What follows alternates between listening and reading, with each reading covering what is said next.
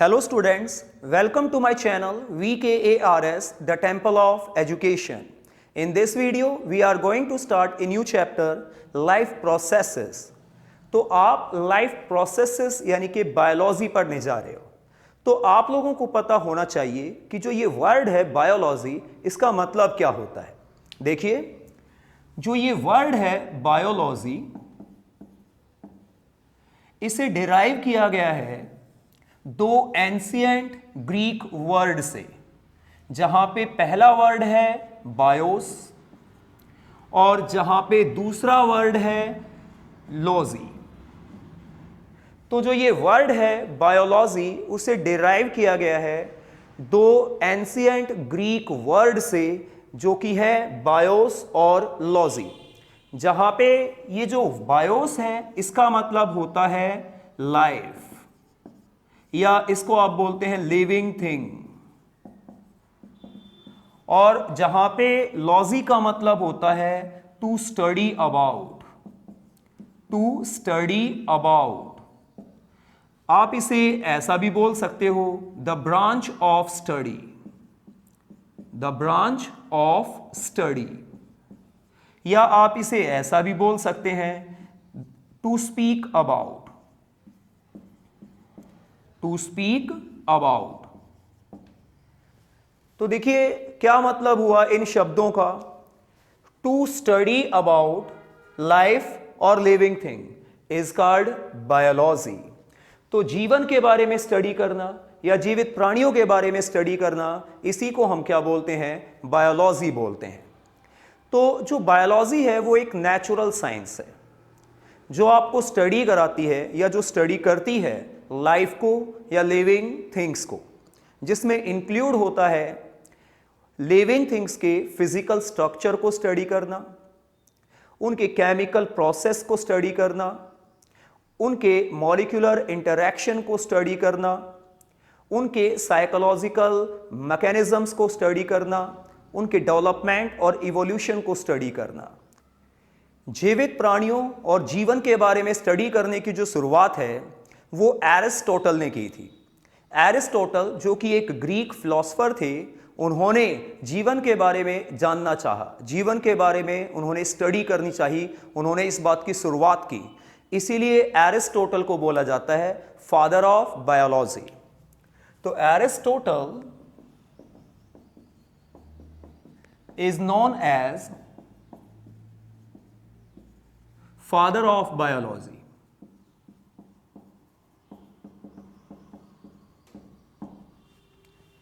देखिए एग्जैक्टली क्या हुआ था कि जो एरिस्टोटल है, उन्होंने एक जगह को, एक आइलैंड को ट्रैवल किया था, और उस जगह का नाम है लेसवॉस, लेसवॉस। और ये जो आइलैंड है लेसवॉस, वो है एजन टीमिंग में, एजन टीमिंग में। ये एजन टीमिंग एक जगह का नाम है जहां पे ये आइलैंड है लेसवॉस। तो एरिस्टोटल ने जब लेसवॉस को ट्रैवल किया, तो वहां पे उन्होंने बहुत ही अलग अलग प्रकार के, डिफरेंट प्रकार के जो है ना, वहां पे उन्होंने जीवन देखा, वहां पे एनिमल्स देखे, वहां पे प्लांट्स देखे, जिनसे वो बहुत ही ज्यादा फैसिनेट हुए, उनकी तरफ बहुत ही ज्यादा अट्रैक्ट हुए, और उन्होंने चाहा कि इनके बारे में स्टडी की जाए, इनके बारे में जाना जाए। और उनका जो ये फैसिनेशन था, इसी के कारण साइंस की एक नई ब्रांच ने जन्म लिया, जिसको आप क्या बोलते हैं, बायोलॉजी, यानी जीवन के बारे में स्टडी करने की क्या हुई, शुरुआत हुई। अब ये कैसे डिसाइड होता है कि कोई चीज लिविंग है या नहीं है। देखिए, ये डिसाइड करने के लिए सबसे इंपॉर्टेंट जो क्राइटेरिया है वो है मूवमेंट।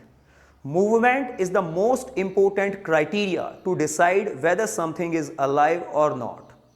तो मूवमेंट से पता चलता है कि कोई चीज लिविंग है या नहीं है। जो मूवमेंट है वो अलग अलग प्रकार के ऑर्गेनिजम्स में अलग अलग प्रकार से होता है, अलग अलग लेवल पे होता है। जैसे कि मैं एक जगह से दूसरी जगह पे मूव कर सकता हूं, मैं अपने हाथ को मूव कर सकता हूं, अपने पैरों को मूव कर सकता हूं, ठीक है। तो ये बड़े लेवल के मूवमेंट्स हैं। जैसे कि बर्ड्स फ्लाई करते हैं, जो फिश हैं वो पानी में तैरती हैं, स्विम करती हैं, तो ये बड़े लेवल के मूवमेंट्स हैं। तो उसी प्रकार जो मूवमेंट हैं वो मॉलिक्यूलर लेवल पे भी होते हैं। जैसे हमारे शरीर के अंदर रिएक्शंस चलते रहते हैं जिसमें चीज़ों का जो है ना टूटना और जुड़ना चलता रहता है, यानी एनाबॉलिज्म और कैटाबॉलिज्म चलता रहता है, जिसे हम मेटाबॉलिज्म बोलते हैं। यानी हमारे शरीर में मेटाबॉलिक एक्टिविटीज़ होती रहती हैं। देखिए जैसे कि हमारे शरीर में जो ग्लूकोज है वो बर्न होके एनर्जी रिलीज होती है, जो एटीपी के रूप में क्या हो जाती है, स्टोर हो जाती है, और एटीपी टूट के हमको वापस एनर्जी दे देता है। ठीक है, तो ये हमारे शरीर में मॉलिक्यूलर मूवमेंट्स चलते रहते हैं। जैसे कि हमारे शरीर में जो खाना डाइजेस्ट होता है वो डाइजेस्टेड फूड हमारे ब्लड में पहुंचता है, फिर ब्लड उसको लेके जाता है सेलों के पास, फिर सेलों में उसका इस्तेमाल किया जाता है, और वहाँ पे जो फूड है हमारा डाइजेस्टेड फूड जो मेनली ग्लूकोज होता है वो बर्न होने के बाद क्या बनता है, वेस्ट बनता है, जैसे वाटर बनता है या कार्बन डाइऑक्साइड बनती है। तो ब्लड उसको वापस लेके आता है उस जगह पे जहाँ से उसको बाहर हम एक्सक्रीट कर सकते हैं, रिलीज कर सकते हैं। तो इस प्रकार से ये मॉलिक्यूलर लेवल का जो मूवमेंट है वो भी लिविंग ऑर्गेनिजम्स की बॉडी के अंदर चलता रहता है। जैसे कि आप लोग ब्रीथ करते हो तो आपने इनहेल किया ऑक्सीजन को, तो ऑक्सीजन को आपने इनहेल किया, वो आपके लंग्स में पहुंची, फिर वहाँ पे जो लंग्स है उन्होंने उसको ब्लड में भेज दिया, और ब्लड ने ऑक्सीजन को एब्जॉर्ब करके फिर उसको कैरी करता है कहाँ तक, सेलों तक। अब सेल में वो ऑक्सीजन का इस्तेमाल होगा और कार्बन डाइऑक्साइड प्रोड्यूस होगी। जो कार्बन डाइऑक्साइड प्रोड्यूस होगी उसे ब्लड वहाँ से कलेक्ट करके लेके आएगा लंग्स के पास, और लंग्स में आने के बाद हम उसको क्या करते हैं, ब्रीद आउट करते हैं, यानी कि जो कार्बन डाइऑक्साइड उसको रिलीज करते हैं, एक्सपेल आउट कर देते हैं, ठीक है ना, एक्सहेल कर देते हैं। तो इस प्रकार से जो है ना मूवमेंट चलते रहते हैं मॉलिक्यूलर लेवल पे भी हमारे शरीर के अंदर या किसी भी लिविंग ऑर्गेनिज्म के अंदर। तो अलग अलग लेवल के मूवमेंट्स होते हैं, और ये मूवमेंट्स से ही डिसाइड होता है कि कोई चीज़ लिविंग है या नहीं है। देखिए प्लांट्स में भी आपको मूवमेंट्स देखने को मिलते हैं। भले ही प्लांट्स लोकोमोट ना कर सकते हों, वो एक जगह से दूसरी जगह पे मूव नहीं कर सकते, लेकिन उनके पार्ट्स में मूवमेंट होता है। जैसे कि जो प्लांट्स की रूट्स हैं वो पानी की तरफ मूव करती हैं, उनकी तरफ ग्रो करती हैं, या फिर ग्रेविटी की तरफ ग्रो करती हैं, और जो उनका शूट सिस्टम है वो सनलाइट की तरफ मूव करता है। ठीक है, सनफ्लावर जो है उसका फेस हमेशा जो है ना सन की तरफ मूव कर जाता है। तो ये पौधों में आपको क्या देखने को मिलते हैं, मूवमेंट्स देखने को मिलते हैं। ये बड़े मूवमेंट्स हैं, लेकिन पौधों में भी मॉलिक्यूलर लेवल के मूवमेंट्स होते रहते हैं। तो जैसे कि पौधों के अंदर जो फूड बना है लीव्स के अंदर, वो ग्लूकोज जो बना है पौधों के अंदर, फ्लोएम टिश्यू होते हैं वो उनको कैरी करते हैं और पौधे के अलग अलग हिस्से तक पहुंचाते हैं। तो ये मॉलिक्यूल्स का मूवमेंट है। जो जड़ें पानी एब्जॉर्ब करती हैं या साल्ट एब्जॉर्ब करती हैं और वो जाइलम के द्वारा उसको पौधे के अलग अलग हिस्से तक या पौधों के पत्तों तक पहुंचाती हैं। तो ये मॉलिक्यूलर लेवल का मूवमेंट है। तो मूवमेंट्स से डिसाइड होता है कि कोई चीज़ लिविंग है या नहीं है। तो movement is the most important criteria to decide whether something is living और नॉट। मूवमेंट के अलावा भी कुछ क्राइटेरियाज हैं जिसके आधार पे हम डिसाइड करते हैं, जिसके बेसिस पे हम डिसाइड करते हैं कि कोई चीज़ लिविंग है या नहीं है। और वो क्राइटेरियाज हैं, देखिए ये कुछ कैरेक्टरिस्टिक्स हैं लिविंग थिंग्स की जो आपको जीवित प्राणियों के अंदर यानी कि लिविंग थिंग्स के अंदर देखने को मिलती हैं। जो लिविंग थिंग्स होते हैं वो मूव कर सकते हैं बाय देमसेल्फ, यानी कि living things can move by themselves without any external help और विदाउट एनी एक्सटर्नल फोर्स। तो बिना किसी बाहरी फोर्स के, बिना किसी एक्सटर्नल हेल्प के जो लिविंग ऑर्गेनिजम्स होते हैं वो खुद क्या कर सकते हैं, मूव कर सकते हैं। जो लिविंग थिंग्स हैं उनको खाना, पानी और हवा चाहिए। Living things need food, air and water. बिना खाने के, पानी के और हवा के जो लिविंग थिंग्स हैं वो सर्वाइव नहीं कर पाएंगे। जो लिविंग थिंग्स होते हैं वो ग्रो करते हैं। मतलब आप लोग देखिए, एक छोटा पौधा आपने लगाया और वो कुछ समय के बाद क्या होता है, एक बड़े पेड़ में या बड़े पौधे में क्या हो जाता है, कन्वर्ट हो जाता है। इसका मतलब वो ग्रो कर रहा है। जो पौधे की जड़ें हैं वो ग्रो करती हैं, पौधे की टहनियाँ ग्रो करती हैं, उनका साइज बढ़ता है। तो इस प्रकार से जो मूवमेंट ग्रोथ है वो लिविंग ऑर्गेनिजम्स में होती रहती है। देखिए जो लिविंग थिंग्स हैं वो उनके एनवायरनमेंट में होने वाले चेंजेस के प्रति रिएक्ट करते हैं, उनको रिस्पॉन्स देते हैं। तो आपके एनवायरनमेंट में अगर कोई भी बदलाव होता है तो आप उसके प्रति रिएक्ट करते हैं। जैसे अचानक मान लीजिए क्या हुआ कि आपका हाथ किसी गर्म चीज़ पे लग गया तो तुरंत आप अपना हाथ हटा लेते हैं। तो ये आपने जो हीट है उसको क्या दिया है, रेस्पॉन्स दिया है। या फिर मान लीजिए ऐसा हो गया कि आप चल रहे हैं और आपका पैर किसी पैनी चीज़ पे, एक शार्प ऑब्जेक्ट पे आपका पैर पड़ गया है तो तुरंत आप अपना पैर हटा लेते हो, आपको पेन होता है तो आप उसको क्या दे रहे हो, रेस्पॉन्स दे रहे हो। ठीक है, तो आपको भूख लगती है, आप खाना खा लेते हो। आप किसी गली में जा रहे हो और मान लीजिए वहाँ पे कोई डॉग है जो रास्ते में बैठा हुआ है और वो अगर आपकी तरफ बार्क करता है, यानी भौंकता है, तो आप उसको रेस्पॉन्स देते हो। या तो आप भाग लेते हो उसके सामने, या पत्थर उठा के उसकी तरफ फेंकते हो, या कोई भी रेस्पॉन्स आप उसको देते हो। तो जो लिविंग ऑर्गेनिजम्स होते हैं वो उनके एनवायरनमेंट में होने वाले चेंजेस के प्रति रिएक्ट करते हैं, उसको रिस्पॉन्स देते हैं। जैसे पौधे की जो जड़ें हैं वो पानी की तरफ ग्रो करती हैं तो पानी को रिस्पॉन्स दे रही हैं, या ग्रेविटी की तरफ ग्रो करती हैं तो ग्रेविटी को रिस्पॉन्स दे रही हैं। जो सूर्यमुखी का पौधा है, यानी कि जो सनफ्लावर में जो सनफ्लावर है वो क्या करता है, सन की तरफ फेस करता है, यानी उसकी तरफ मूव करता है, तो वो सनलाइट को रिस्पॉन्स दे रहा है। तो जो जीवित प्राणी होते हैं यानी लिविंग ऑर्गेनिजम्स होते हैं वो उनके एनवायरनमेंट में होने वाले चेंजेस को क्या करते हैं, रिएक्ट करते हैं, उनको रिस्पॉन्स देते हैं। जो लिविंग थिंग्स हैं वो रेस्पायर करते हैं, मतलब आप लोग क्या करते हैं, आप ब्रीद इन करते हैं यानी कि ऑक्सीजन को इनहेल करते हैं, फिर वो ऑक्सीजन क्या होती है आपके लंग्स में पहुंचती है, लंग्स से ब्लड में, ब्लड से सेलों में उसका यूज़ होता है। वो वहाँ पे फूड को बर्न करती है, डाइजेस्टेड फूड को यानी ग्लूकोज को, और एनर्जी निकालती है। ठीक है, तो अब खाने से एनर्जी निकालने को ही हम क्या बोलते हैं, रेस्पायरेशन। तो जो लिविंग ऑर्गेनिजम्स होते हैं सभी अपने खाने से, डाइजेस्टेड फूड से क्या रिलीज करते हैं, एनर्जी ऑब्टेन करते हैं। तो इसका मतलब सभी लिविंग ऑर्गेनिज्म रेस्पायरेशन करते हैं, यानी रेस्पायर करते हैं। देखिए जो लिविंग ऑर्गेनिजम्स होते हैं वो क्या करते हैं, एक्सक्रीट करते हैं। अब ये एक्सक्रीट करने का मतलब क्या है, हमारे शरीर के अंदर जो टॉक्सिक वेस्ट प्रोड्यूस होता है वो toxic waste, harmful toxic waste शरीर से बाहर निकालना, इसको हम क्या बोलते हैं, एक्सक्रीशन। जैसे हमारे अंदर यूरिया बनता है, जब हमारे लंग्स में या लीवर में प्रोटीन डिकम्पोज हो जाता है या सड़ जाता है जिसको आप बोल सकते हो, तो प्रोटीन के सड़ने से, जो अनयूज्ड प्रोटीन है उसके सड़ने से यूरिया बनता है। वो यूरिया एक टॉक्सिक वेस्ट होता है जो हमारे शरीर से बाहर निकलना बहुत ही ज़रूरी होता है। तो वो यूरिया जो बना है वो ब्लड के द्वारा कहाँ तक पहुँचेगा, किडनियों तक पहुँचेगा, और किडनीज उसको क्या करेंगी, फिल्टर करके यूरिन के रूप में शरीर से बाहर निकलवा देंगी, जिस प्रोसेस को हम बोलते हैं एक्सक्रीशन। तो जो लिविंग थिंग्स होते हैं वो एक्सक्रीट करते हैं, यानी अपने वेस्ट को बाहर रिलीज करते हैं। जैसे कि पौधों में जब फोटोसिंथेसिस का प्रोसेस होता है तो उस समय उनके पास वेस्ट होता है ऑक्सीजन, तो वो ऑक्सीजन को रिलीज कर देते हैं। और जब वो रेस्पायरेशन करते हैं तो उस समय उनमें वेस्ट होता है कार्बन डाइऑक्साइड, तो वो कार्बन डाइऑक्साइड को रिलीज कर देते हैं। तो इस प्रकार से जो लिविंग थिंग्स है वो एक्सक्रीट करती हैं, यानी उनमें एक्सक्रीशन का प्रोसेस होता है। लिविंग थिंग्स कैन रिप्रोड्यूस, तो लिविंग थिंग्स जो होते हैं वो रिप्रोडक्शन करते हैं। रिप्रोडक्शन करने का मतलब क्या है, जो पहले से लिविंग ऑर्गेनिज्म इस पृथ्वी पे हैं वो अपने जैसे और नए संतानों को जन्म देते हैं, उनको प्रोड्यूस करते हैं, इसे रिप्रोडक्शन बोलते हैं। The production of new organisms by the existing organisms of their kind is called reproduction, कि जो पहले से प्राणी इस पृथ्वी के ऊपर हैं उनके द्वारा उनके ही जैसे और नए प्राणी क्रिएट करना क्या कहलाता है, रिप्रोडक्शन कहलाता है। जो मनुष्य हैं वो नए मनुष्यों को जन्म देते हैं, जो प्लांट्स हैं वो अपने जैसे और नए प्लांट्स को जन्म देते हैं, प्रोड्यूस करते हैं। ठीक है, तो ये जो लिविंग ऑर्गेनिजम्स होते हैं वो क्या करते हैं, रिप्रोड्यूस करते हैं, रिप्रोडक्शन करते हैं। तो ये कैरेक्टरिस्टिक्स आपको लिविंग ऑर्गेनिजम्स में देखने को मिलती हैं। आपके चैप्टर का नाम है लाइफ प्रोसेसेस, तो आपको पता होना चाहिए कि लाइफ प्रोसेसेस इस वर्ड का मतलब क्या होता है। देखिए, ऑल द बेसिक प्रोसेसेस और functions which are performed by living organisms to maintain their life on this earth are called life processes।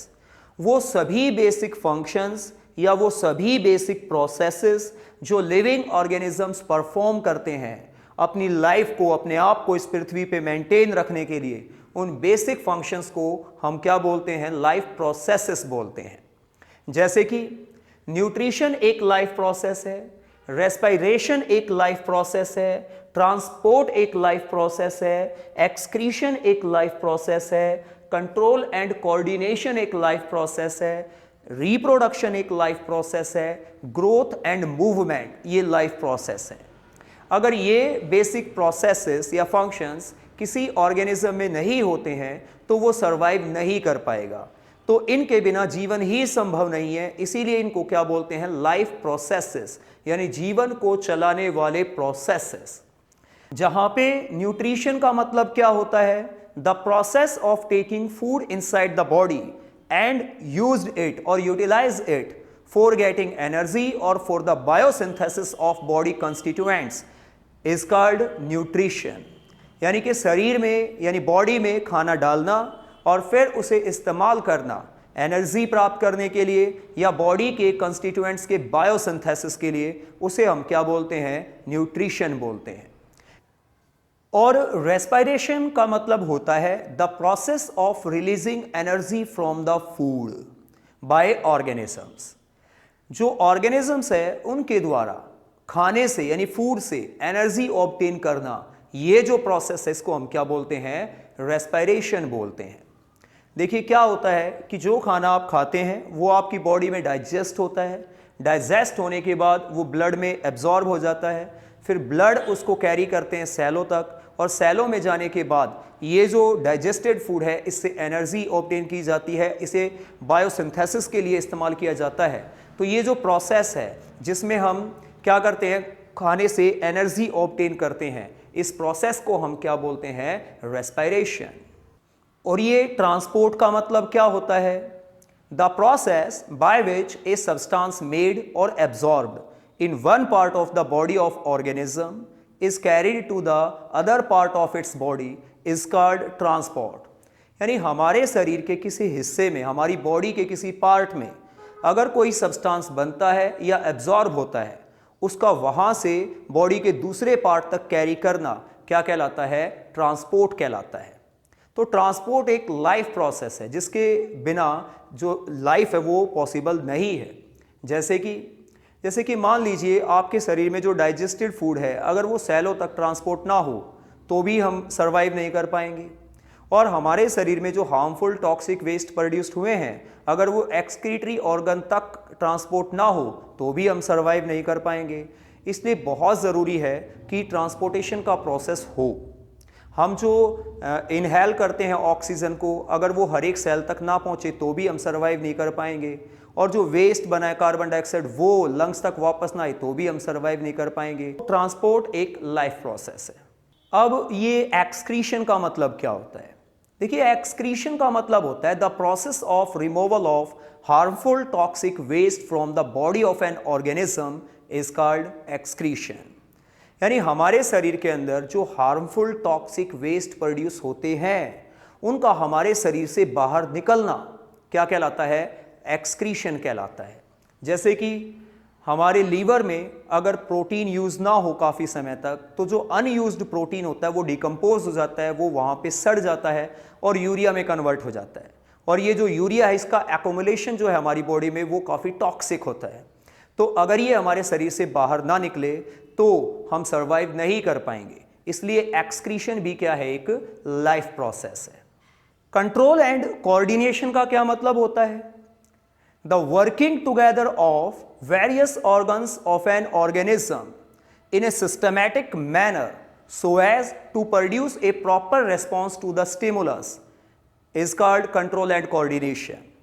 यानी कि एक ऑर्गेनिज्म की बॉडी के कई ऑर्गन्स का मिलके काम करना एक सिस्टमैटिक तरीके से, ताकि उनके एनवायरनमेंट में होने वाले चेंजेस को वो रिएक्ट कर सके, रिस्पॉन्स दे सके, इसे हम क्या बोलते हैं, कंट्रोल एंड कोऑर्डिनेशन।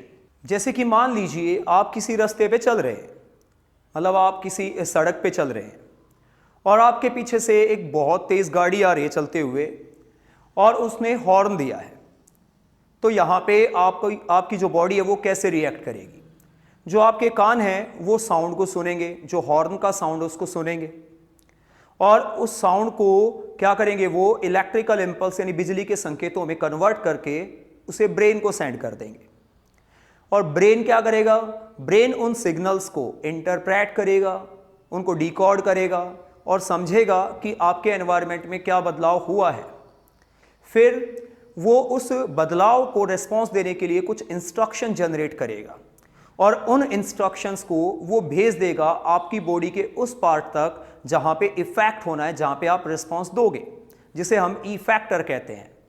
तो वो आपकी मसल्स के पास, ताकि आपके शरीर में मूवमेंट हो सके और आप हट सको रास्ते से, ठीक है, आप उस चलती हुई गाड़ी को, आती हुई गाड़ी को रिस्पॉन्स दे सको, तो यहाँ पे जो ब्रेन है वो ई फैक्टर के पास यानी आपकी मसल्स के पास मूवमेंट के लिए क्या भेजेगा, इंस्ट्रक्शन भेजेगा, और आपका शरीर फिर क्या करेगा, मूव करेगा और हट जाएगा गाड़ी के सामने से।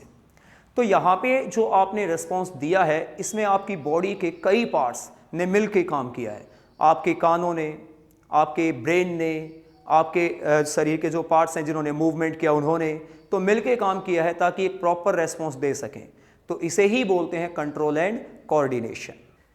अब रिप्रोडक्शन का क्या मतलब होता है? The production of new organisms by the existing organism of their kind is called reproduction. जो प्राणी पृथ्वी पे पहले से है, जो पहले से सर्वाइव कर रहे हैं, एग्जिस्ट कर रहे हैं, उनके द्वारा उनके ही जैसे और नए प्राणी क्रिएट करना, प्रोड्यूस करना क्या कहलाता है? रिप्रोडक्शन कहलाता है। और रिप्रोडक्शन एक लाइफ प्रोसेस है। देखिए, हम सबको पता है कि जो लिविंग ऑर्गेनिजम्स हैं उनका सबका अपना एक लिमिटेड लाइफ स्पैन है। वो अपना लाइफ स्पैन पूरा करके इस पृथ्वी पे से चले जाएंगे यानी कि मर जाएंगे। अगर जो पहले से सर्वाइव कर रहे हैं वे प्राणी नए प्राणियों को क्रिएट नहीं करते, रिप्रोडक्शन नहीं करते, तो क्या होगा? वो अपना लिमिटेड लाइफ स्पैन पूरा करके खत्म हो जाएंगे, मर जाएंगे। औरों को उन्होंने क्रिएट किया नहीं, प्रोड्यूस किया नहीं, तो इस प्रकार से पृथ्वी पे से जीवन का क्या हो जाएगा? नाश हो जाएगा, यानी पृथ्वी पे से जीवन खत्म हो जाएगा। इसलिए जो रिप्रोडक्शन है वो भी क्या है? एक लाइफ प्रोसेस है। ये वीडियो इस चैप्टर के लिए एक इंट्रोडक्शन वीडियो है। हम अपने मेन चैप्टर को स्टार्ट करेंगे नेक्स्ट वीडियो से। Thank you.